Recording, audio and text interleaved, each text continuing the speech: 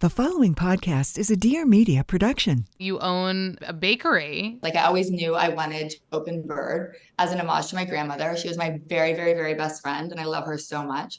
So I always knew I was going to do it. I thought I was going to do it like after I hosted the Today Show for 10 years. And I thought I was going to do it when I was like 55 or 60. Thank God I did not wait, because you cannot pull like 4 all-nighters a week when you're 60 years old. You opened it in 2012. 2012. So I was 27. So Bird, is that like does that have a meaning from your grandmother? I love birds. I love the way they nest. I love the way they feed their young. I love even when we were little and like my mom was just teaching us how to paint, we would always paint birds. I just love birds. And your grandmother and your mom were both in food. So it's not random that you had a passion for that too. No, not at all. My mom had a health food store when she was just 26. She opened one of the first ever health food stores in Texas. And so she opened that, like total culinary entrepreneur queen. And then my grandmother had this catering company. And my grandmother's story is like fascinating. That's a whole nother Oprah. It's a whole nother pod. She's like had the most exquisite life and just scrappy as hell. Like, is she still with us? She's not, but she was so ahead of her time and such a businesswoman, like a really great businesswoman, not to mention chef. So yeah, I opened our location between where my mom's store was and where my grandmother's kitchen was. And it feels like she's there with us every day. So that was our first location that I opened in 2012. And you did it on your own? Did you have like partners at the time or anything? No, I didn't know what the hell I was doing. Did you bake a lot? Yes, of course. I like baked my whole life. Like that's my therapy. Like I love cookies. So I have all of her cake recipes. And then my mom's recipes are like the sandwiches, the pimento cheese. And then my passion is cookies. Like I swear to you, I think I can attribute my television career and success to maybe like 30% talent and 70% bribery. Cause I would like go in and bomb an audition and then come back with like monster cookies, like for a callback I probably wasn't invited to. And then I would like get another call. I was like, yes, I'm in because the cookies. But like that was my happy place. I think like in my 20s, I wasn't raging. I would come home and bake like 5 dozen cookies and I was perfecting the recipes. The bakery has such a name for itself. And like you were talking about marketing, how do you explain that it like had this longevity of 12 years and like a bakery that everyone kind of knows about? Listen, it's a combination of a lot of things. You can have an incredible product. I'm very, very, very specific about the quality of our products. I don't compromise. You know, you have these food suppliers come in and say, if you switch to this peanut butter, you'll make 70% more per cookie. I'm like, no, I grew up using Jif natural chunky peanut butter. I'm highly passionate about that. Highly passionate about Hellmann's mayonnaise. We are not messing around. We're not fucking with what works.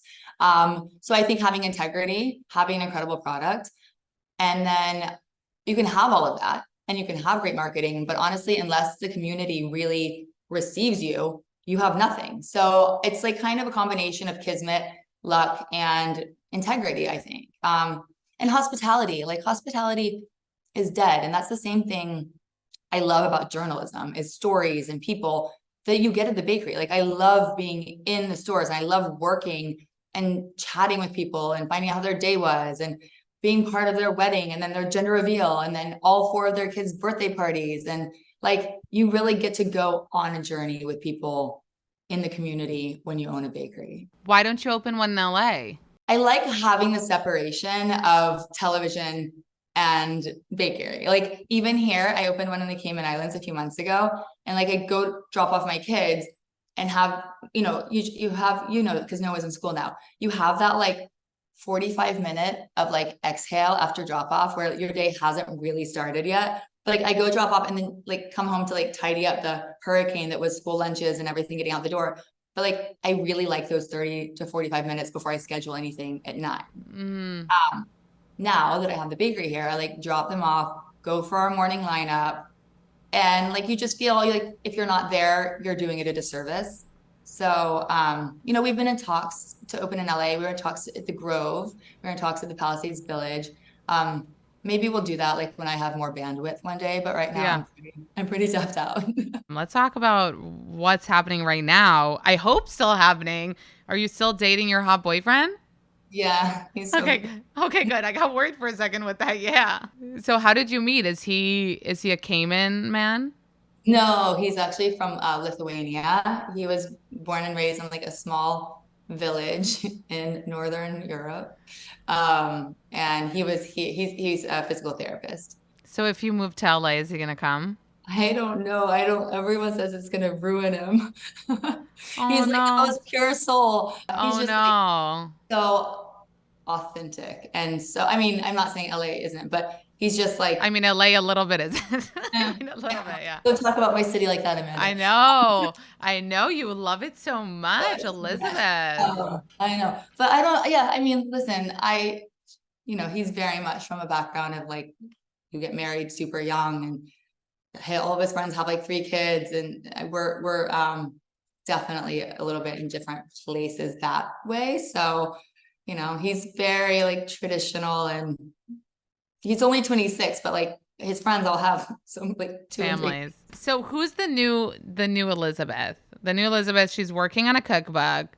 She's working on shows, right? Like I said, I have 2 shows in production right now, and I'm really excited about the one that we're doing for Discovery. And it's basically like a Dateline, but with really modern terms and kind of toxic relationships and how extreme it can be. So they're all buttoned up episodes, and I'm manifesting like 300 seasons of it because there's so much content and so much out there, and things like you don't even think about, like fertility abuse, like people who want their wives to be pregnant and they're like putting bovine fertility in their coffee so they can just have more babies and they never leave the house. Like it's so complex. So these are real people, real stories, Real people, real stories. and you're hosting it?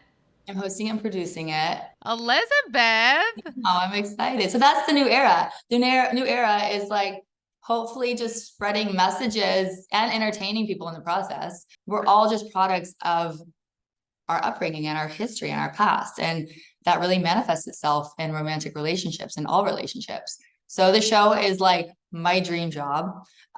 It's actually my producer from knew I always wanted to do news. And now he's like head of all Jason Sterling. Now he's the head of like Discovery and everything. And he's like, I always knew. And he came to me with a show. He came to you with this idea? Yeah. He's like, I know you've always wanted to do something like news. I know that you want to help people. Like, what are we doing that you're going to like, help? And so obviously it was like not with our production company, like fleshing it out, and it's had many iterations, but ultimately like this is it now. And real stories, real people, real takeaways, real, like labels are not bad if it's helping someone figure out what kind of dynamic they're in.